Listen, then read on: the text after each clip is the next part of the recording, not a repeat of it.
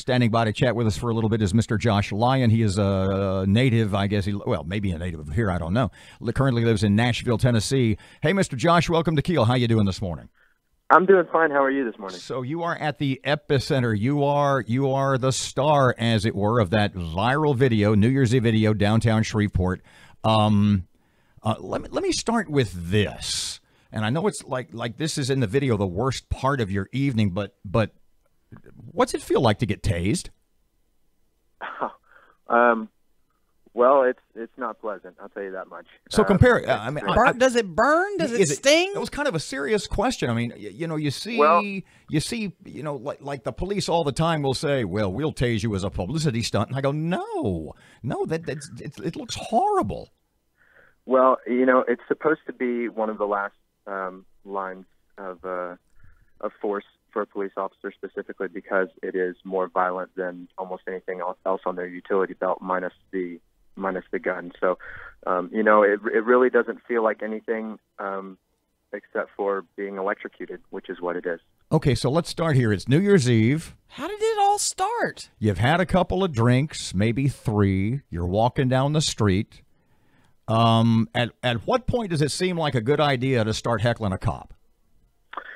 Well, Robert, that's not what happened. So if you're interested in knowing the beginning of the story, I'd be happy to tell you. Yeah, well, tell us what happened, Josh. Sure. So I was walking down Market Street on my way from one event, New Year's Eve, to another event.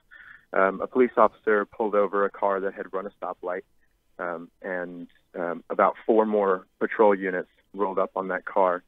And as I was walking by, I made a passing comment to the person that I was walking with that I thought it was interesting that 4 or 5 units needed to stop someone for a stoplight on New Year's Eve. And one of the officers that had pulled up, I guess, overheard my comment and didn't like it, and started to walk towards me as I'm walking down the sidewalk, saying, "Y'all need to get out of here, get out of here." And we continued to walk to the end of the block, and the officer kept following us, kept coming closer and saying the same thing over and over, "Get out of here, get out of here," as we were walking to the corner of the street.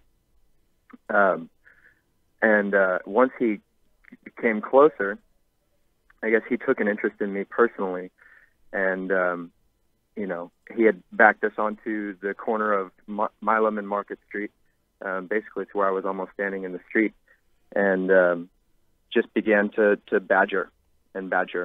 And there were 4 other police officers that were standing there, basically blocking me from accessing any sidewalk or exit from the situation. So the officer telling me that I needed to leave, I wasn't able to. Had you been drinking, Josh? Were you under the influence of alcohol? Well, Erin, it's New Year's Eve. Everyone's out having a good time. I don't think the issue is whether or not I was having a drink. The issue might be whether or not I was drunk or heavily intoxicated, which is not the case. That's what people are saying, Josh. They're saying, this is a drunk guy just mouthing off. Yeah, How do you respond to that? The question might be, if it were noon on a Wednesday, would you have responded in the same way? Well, to try and answer both of your questions, even though they're different ones together, yes. Robert, I think I would have, because my response wasn't driven by intoxication. My response was driven by a desire to stand up for my rights against a belligerent officer. But you had said a couple of seconds ago that the policeman had followed you about a block away from where where your conversation began. So as I'm watching the video, is that taking place at the point of the traffic infraction, or where the car was stopped, the violation had occurred, or was it further away? Well, I'm glad you asked that question, because a lot of people think that I approached the officers on the scene of the crime, which is not what happened. I continued to walk to the end of the block, and the video that everyone saw took place on the corner of Milam and Market, which was about 3/4 of a block away from where the traffic infraction happened. Okay, so pardon me. So one officer followed you up the street, but in the video, there's a whole slew of officers around. So at what point did the other 2 or 3 or 4 officers, I don't know how many there were, did they also follow you up the street? As far as I remember the other officers that were shown in the video were there almost at the same time as the other police officer, the one that I had the encounter with. They came up almost immediately. So a bunch of them followed. Yes, sir. There were about four. I think there were 4 officers that had followed me and cornered me onto the corner of Milam and Market Street. Josh, do you believe you did anything wrong at all? That's the big question, isn't it, Erin?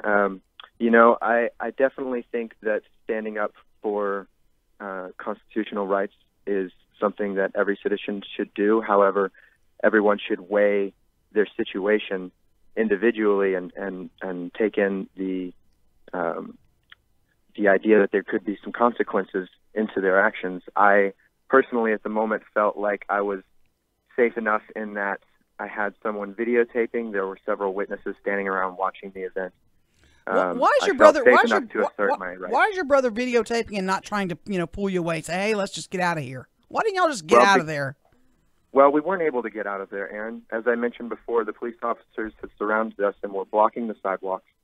And the only other option was for us to step into the street, which is not an option because that's unsafe. I'm sure that you've watched the video a couple of times of yourself. So let's do 2 things. Give me a review of what you think of Josh Lyon watching him on the video, you being Josh Lyon. And specifically in the language, rather aggressive, dare I say, that you used with that officer. Wow, another set of great questions, Robert. So, of course, I've watched the video several times, and of course, I've examined my own actions several times. And a lot of people have said the same thing to me, which is, well, why didn't you just comply? Why didn't you just, do whatever the officer says? And the answer to that is because I had not done anything wrong. I was not approaching the officer. I was not talking down to the officer in any way at the beginning of the video. It was only until after the officer was encroaching on my personal space and basically had blocked me from any exit of the situation that I began to feel intimidated.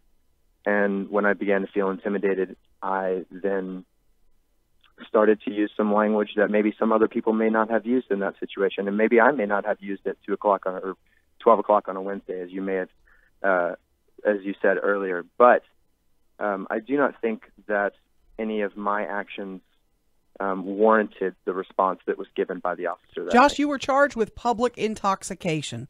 Do you tell us today you do not think you were publicly intoxicated? That's right, Erin. And the interesting detail about public intoxication that almost anyone who's ever been charged with it can tell you is that there's zero proof required to be charged with public intoxication.